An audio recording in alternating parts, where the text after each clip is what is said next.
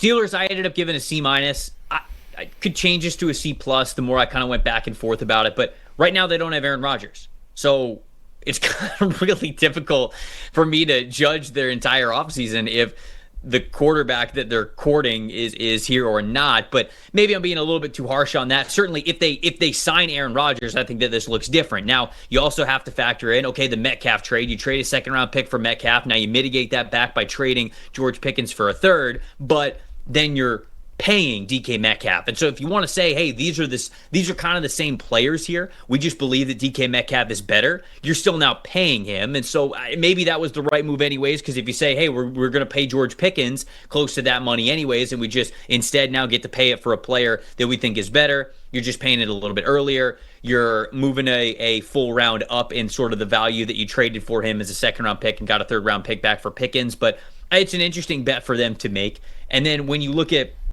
some of the other additions that they made, I think Darius Slay was a good pickup for them. I think Derek Harmon is a good draft for them in the first round to give them that long-term look on the defensive line. And then I do think that Caleb Johnson is sort of perfect for that Arthur Smith system. So it really comes down to, can the offensive line continue to take that step forward and play really well this upcoming year? Because if they do, man, I think that Caleb Johnson can be a future 1,000-yard back for the Pittsburgh Steelers. So this one's a C minus, and it's really just a C minus because I'm sitting here like, how do you still have quarterback not finalized at this point? And how is Aaron Rodgers still sort of dangling the carrot? Because now, if Aaron Rodgers were to just, let's say he looks at Pittsburgh's situation, knows how desperate they are, and he says, all right, well, now my contract's double the money. I don't care. I'll retire. I don't have to keep playing this game.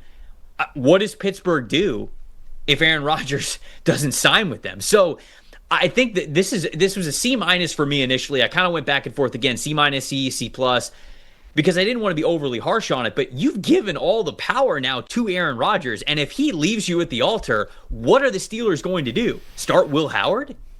I think that all of a sudden this season, a lot of the bets that they make look tough if they aren't able to bring in Aaron Rodgers, and even if they do, what version of Aaron Rodgers do they get here? And so a lot of eggs in this basket that are kind of an explosive basket. There's eggs in the basket. There's also dynamite, and I don't really love that here for the Steelers. So I ended up going with a C minus here just because of the unknown that we still have with this team. Honestly, for me, I could argue it even lower. I think Pickens and Metcalf, you basically send out Pickens in a second for Metcalf in a third.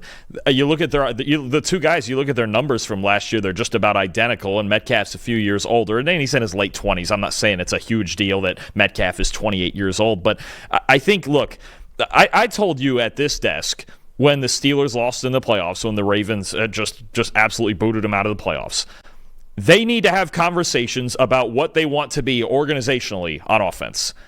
I don't think those conversations happen at all. It just feels like the same old approach that we're getting out of the Steelers that we've gotten the last decade, where it's, hey, if we have the best defense in football, we can beat anybody and we can squeak it out in the fourth quarter and win 17-13. Football's not played like that anymore in the NFL. It's just not. It's not played in college. It's not played anywhere like that. Little league maybe, right? But you just don't. You don't win games just on defense every single week. We don't live in that era anymore, and it feels like they really have faith that they can still do that. And now you mentioned it, the way that they've hamstrung themselves with their quarterback situation, a young offensive line with a whole lot of questions, and one proven wide receiver. We're right back where we were last year.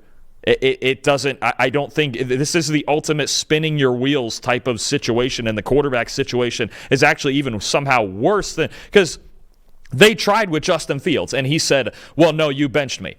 Then they go back to Russell Wilson and they go, no, you were talking to Justin Fields first. You wanted him back. And so you lost both the guys that you had in-house last year, and you bring back Mason Rudolph just because he's familiar, and Aaron Rodgers is basically your last option, and even he's holding out on you. I might go lower than this because I have no idea what the vision, what the philosophy here is offensively. They just cannot try to win games 13-10 every week. It's not going to work. Yeah, I know you've been a little bit lower on the Steelers just overall outlook and how they went about this offseason, so it makes sense that you would be on the lower side of things. I figured that was coming.